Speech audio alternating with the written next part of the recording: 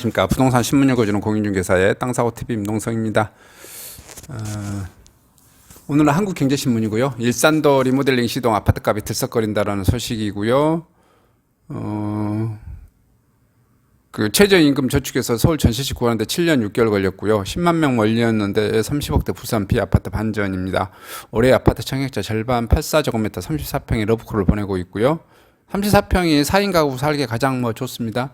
그 다음에 매일경제신문인데요. 매일경제신문에 다주택자 매물 쏟아지나 이게 양도세 완화를 하면은 집값 안정에 효과가 있다. 이게 계속해서 이렇게 부동산 전문가분들의 말입니다.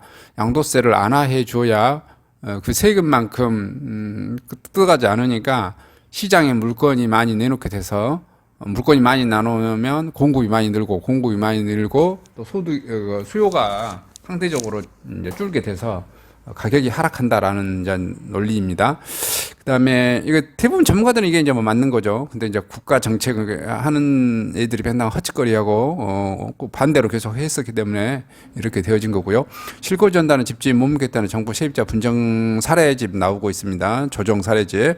외지인 아파트 매매 사상 최대 전체 거리 중 30% 육박하고 있습니다. 내년 서울 아파트 입주 14%로 전세 불안이 지속되고 있습니다. 그 다음에 이제 보시면 이게 종이신문하고 이렇게 인터넷판 신문하고 위치가 좀 달라요. 봐보면은 종이신문에는 지금 일면자로 봐보면은 이렇게 다들 미루고 있거든요. 보시면 한국경제신문도 일면자에 당정 내년 보유시의 동결, 이거 보유시의 지금 동결이 대선의 핫 이슈입니다.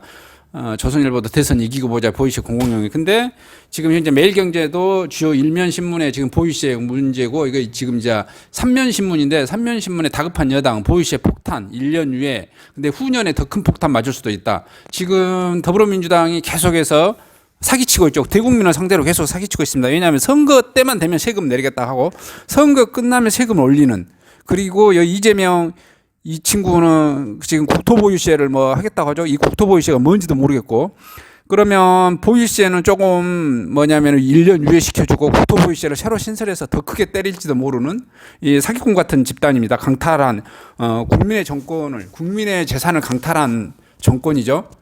이거는 심판받아야 마땅합니다. 종부세 유연 청구가 지금 22년 2월 22일까지 하고 있는데요. 이분들이 지금 전화 접수는 12월 31일 올해 말까지만 한다고 그러네요. 홈페이지 접수가 1월 15일까지 가능하고요. 그리고 방문 접수는 1월 31일까지 이렇게 지금 있습니다. 전화상으로는 여기 전화번호 6239-2038, 010-6239-2038 이렇게 좀 해보시면 되실 것 같고요. 이제 다급한 여당 보유시 폭탄 이게 봤더니 이게 하는 이게 정부 마인드가 왜 이렇게 기분 나쁘냐면 이런 거죠. 상위 2% 있는 사람들은 그냥 1억이든 2억이든 그냥 뜯어내서 재산을 강탈하겠다는 거잖아요. 그러면 이 친구들이 좀 지나면 이제 상위 10%에 있는 사람들 재산을 강탈하자. 이게 악질이다.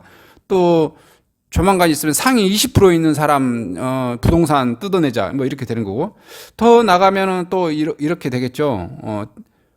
자산 보유세. 지금은 이제 재산 보유세인데 자산 보유세 해가지고 주식이든 채권이든 영업권이든 이런 거 해가지고 자산이 오지게 많은 사람들 이제 이런 사람들한테 상위 2% 있는 사람, 상위 10% 있는 사람, 상위 20% 있는 사람 세금 뜯자.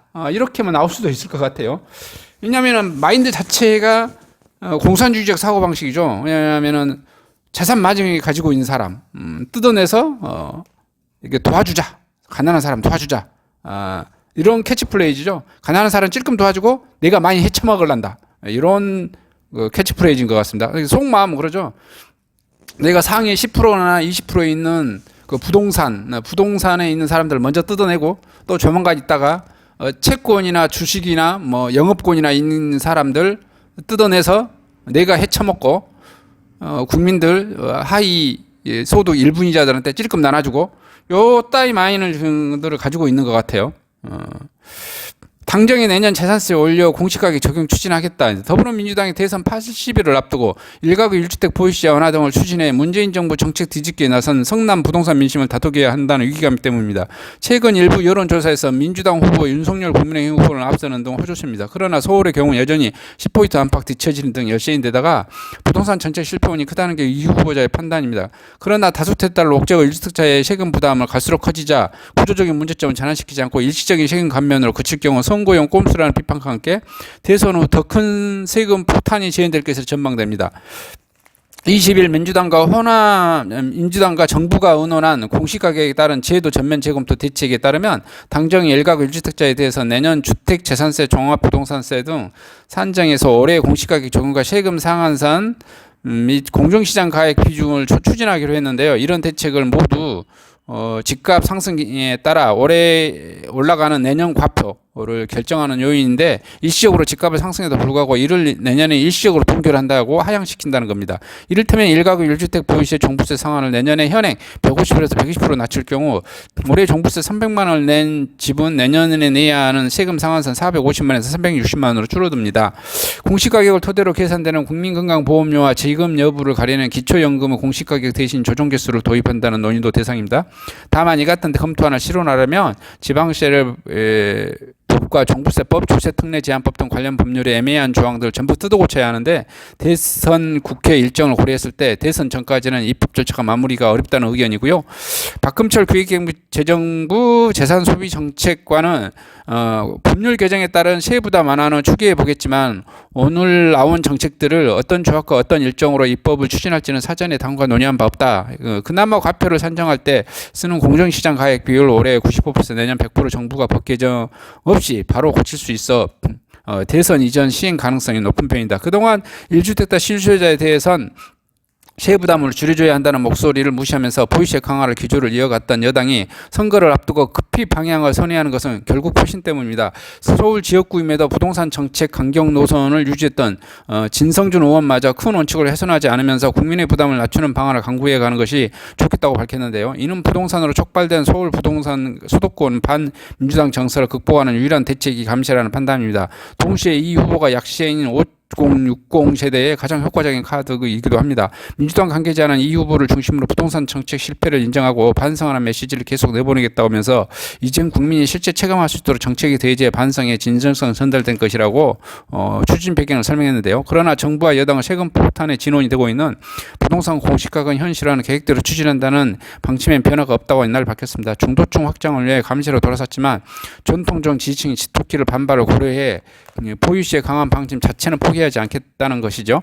여당은 공시가격 적용을 늦추겠다고 했을 뿐 2030까지 단기적으로 실거래가의 90% 공시가격을 끌어올리는 공시가격 현실화 로드맵은 그대로 추진한다는 입장입니다. 내년에 종부세와 세전세가 줄어들겠지만 2023년에는 2년간 상승한 공시가격이 한꺼번에 반영돼 올해보다 더 큰 세폭탄을 맞을 수 있습니다.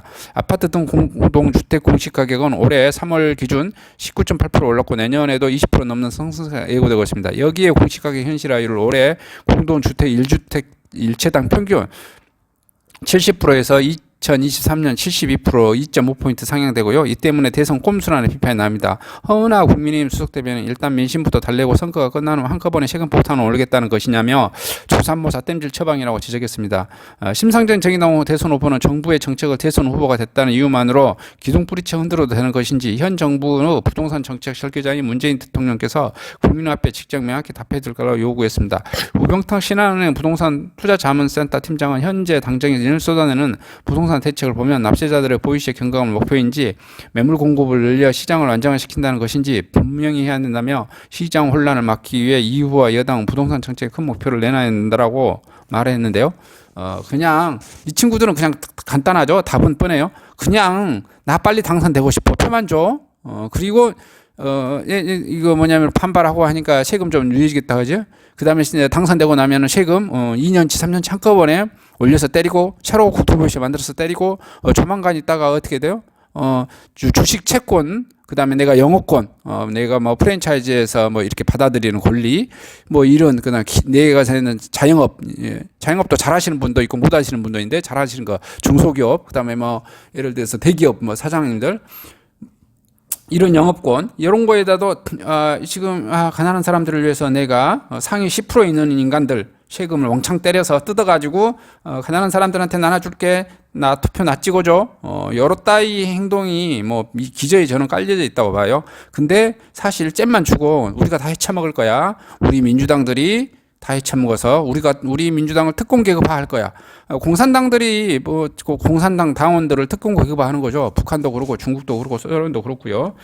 특권 계급화하고 있습니다. 자기네 공산당 당원만 특권 계급화한 이런 식의 사고 방식. 지금 다른 당에서도 뭐 그런 거 있죠. 상위 뭐 1%, 2%에 있는 해당되는 재산을 재산이 몰수해서 국민들한테 나눠주자라고 하는 것이 선거 때마다 나오고 있습니다.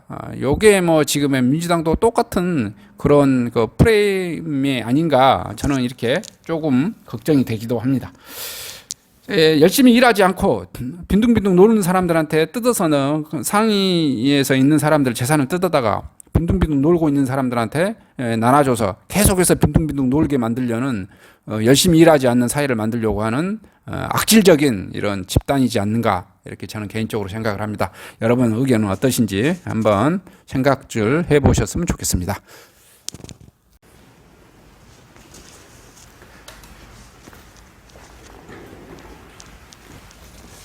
안녕하십니까? 저는 네이버 카페 빛가람 혁신도시 카페를 운영하고 있는 카페직이고요. 카페 활동하고 있는 카페 부동산입니다. 나주 혁신도시에서 기반으로 하고 있습니다. 상가 토지 아파트를 전문적으로 하고 있고요. 또 삼성화재도 같이 활동하고 있습니다. 상가 통해서 임대차 매매하신 다음에 화재보험 같이 가입하시면 중개수수료 절반 정도 할인해 드립니다.